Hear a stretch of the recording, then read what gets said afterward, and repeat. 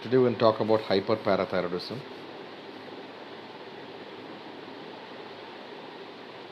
So this is the anterior aspect of the neck.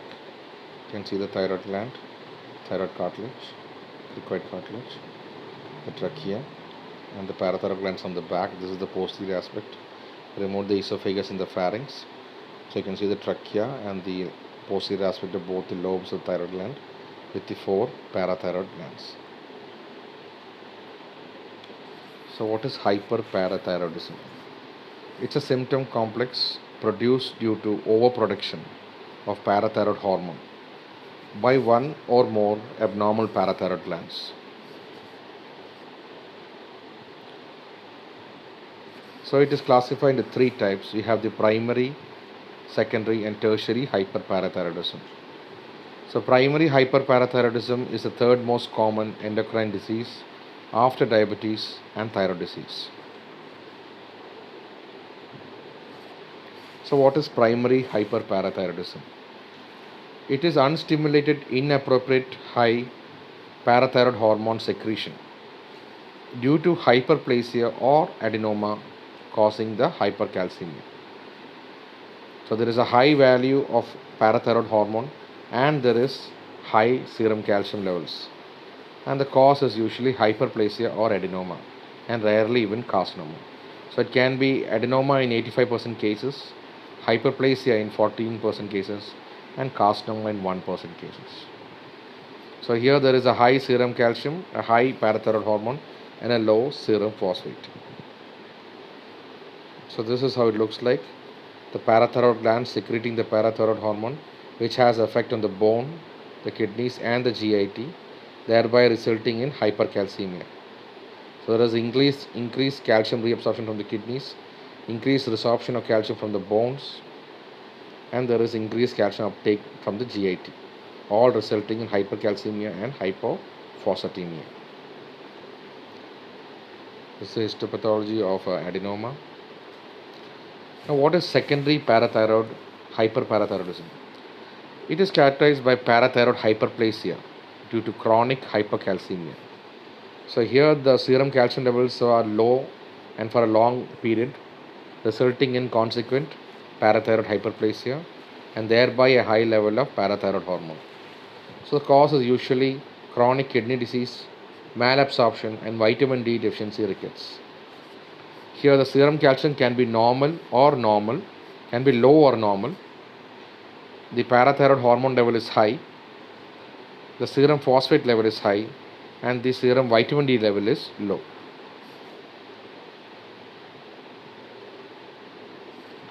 Now the third type is known as tertiary hyperparathyroidism.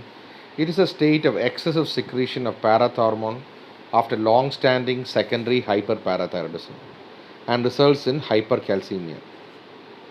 It is usually due to autonomous reactive hyperplasia of parathyroids causing hyperparathyroidism and hypercalcemia. So this is a state where after several months or years of secondary hyperparathyroidism due to the chronic hypercalcemia results in uncontrolled excessive secretion of parathyroid hormone, which results in correction of the previous hypocalcemia resulting in a present hypercalcemia. So it's usually observed most commonly in patients with chronic secondary hyperparathyroidism who have been on dialysis therapy for years. The term is sometimes reserved for secondary hyperparathyroidism that is seen to persist after renal transplantation. So here the parathyroid hormone is high, the serum calcium is also high, and the serum phosphate is also high.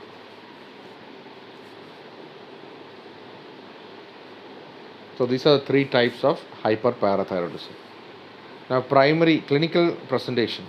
The primary hyperparathyroidism is commonly sporadic, but it may also be familial. Long-term drug use with lithium can also cause hyperparathyroidism. It's commonly seen in the middle-aged women. In more than 50% of the individuals, the presentation is asymptomatic.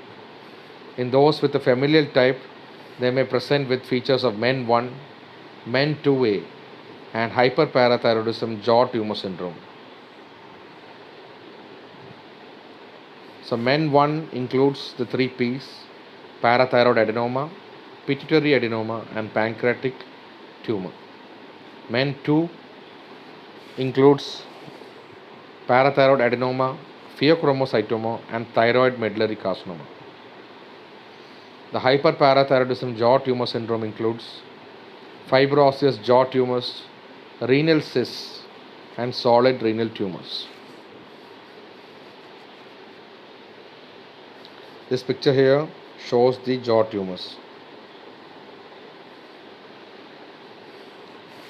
So the classic clinical scenario of hyperparathyroidism includes four symptoms: psychic moans, abdominal groans, stones, and bones. So psychic moans include psychological and neurological pains. Abdominal groans refer to gastric ulcer pain or abdominal pain. Stones involving the kidneys, and bones refers to frequent fractures of various bones. So usually the patient, when symptomatic, presents with vague symptoms and bone pain. A palpable neck swelling is an uncommon feature in hyperparathyroidism. The features seen in bone include extensive decalcification of bone, which results in bone pain, osteopenia, and osteoporosis. Subperiosteal bone erosion may be seen in the middle phalanges and the clavicle. Osteitis fibrosa cystica may be seen as cysts or pseudotumors involving the jaw, skull, or phalanges. Pathological fractures are known to happen. Salt and pepper appearance is seen in the skull bones. The brown tumor is also seen. So this is osteopenia. You can see the decreased bone density. Here you can see the middle phalanx showing the subperiosteal bone erosion. And this is the salt and pepper appearance seen in the skull as well as in the pelvis. Now this is a cystic bone swelling, osteitis fibrosa cystica.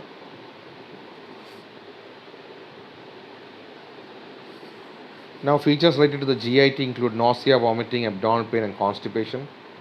Peptic ulcer disease. Here the hypercalcemia causes gastrin release, which causes peptic ulcers. Then it can also precipitate acute pancreatitis as well as can result in gallstone disease. Now, renal features include hypercalcemia, which results in renal stones, mostly phosphate or oxalate stones. Stones can also form the urinary tract. There can be metastatic calcification of the renal parenchyma, which results in a state known as nephrocalcinosis and which eventually results in renal failure. Calcification can involve the vessels, such as the renal vessels, resulting in renal hypertension. Patient may also have symptoms like polyuria and polydipsia. Cardiovascular features include hypertension, left ventricular hypertrophy, dysarrhythmias, myocardial and vascular calcification. Psychiatric symptoms include anxiety, depression, dementia, mood changes. Other features include features of hyperuricemia resulting in pseudogout, peripheral insulin resistance. Person can have corneal ulcerations, generalized muscle pain, myalgia, arthralgia, backache, proximal myopathy and muscle wasting,